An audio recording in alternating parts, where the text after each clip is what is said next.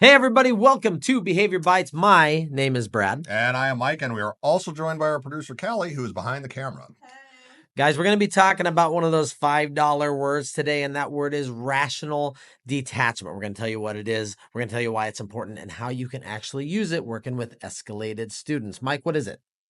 The simple version of it is it's not taking something personally, or being able to control my own emotions in a potentially escalating situation with a student. Yeah. If I am in an emotionally tense situation, it's very important that I am remaining both inwardly and outwardly calm. Mike, let's talk about why this is so important. Why it's important is that if we can stay in our thinking brains, if we can stay rationally detached, not taking things personally, we stay in our thinking brains, we're just more effective because we've got full access to our mental horsepower to work with that student. We can be more deliberate, and a lot of times that students will pick up off the cues that we're giving off. Yeah. Yeah.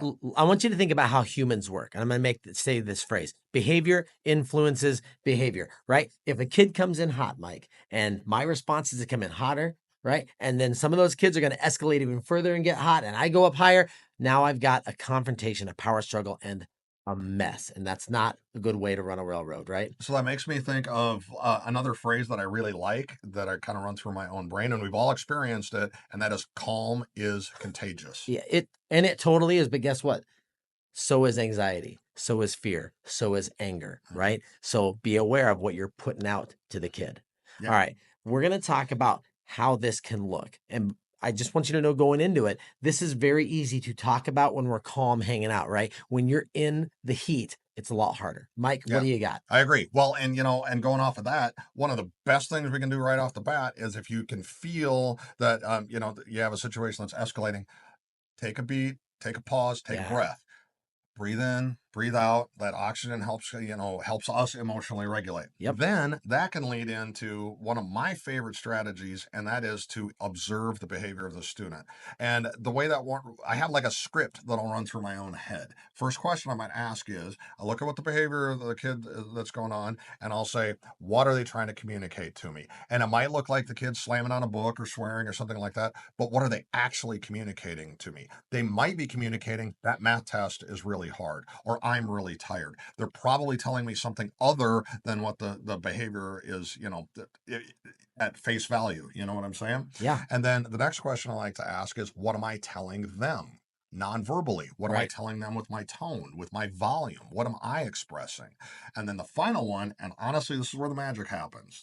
Ready? This is where the magic happens. The question would be, how are they responding to me? Right. And if the answer is not very well, then I need to change things up and do something different. So what do you got, Brad? All right. This is self-talk. Hey guys, guess what? Most of the time, if a student is acting out, it's not about you, right? It's either about that student trying to get a need met or trying to get a rise out of you, some of that negative attention is seeking behavior that we see.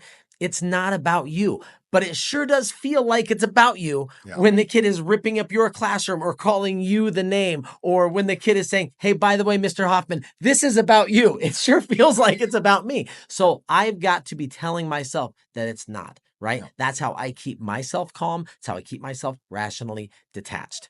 Right? Yeah. And then another one, a final one that we can do. This requires you to set your own ego and pride aside, which for me personally is sometimes a challenge. Yep. And that is asking for help. Bring a colleague in. Sometimes what a frustrated student needs is a different face or a different voice in front of them. Maybe somebody that they have a different relationship with. Yeah. You guys, we're going to take each one of these and we're going to kind of explore them a little more in some of our bonus content on Instagram and whatnot. So check those out. But here's the thing. Take these strategies and try to implement them.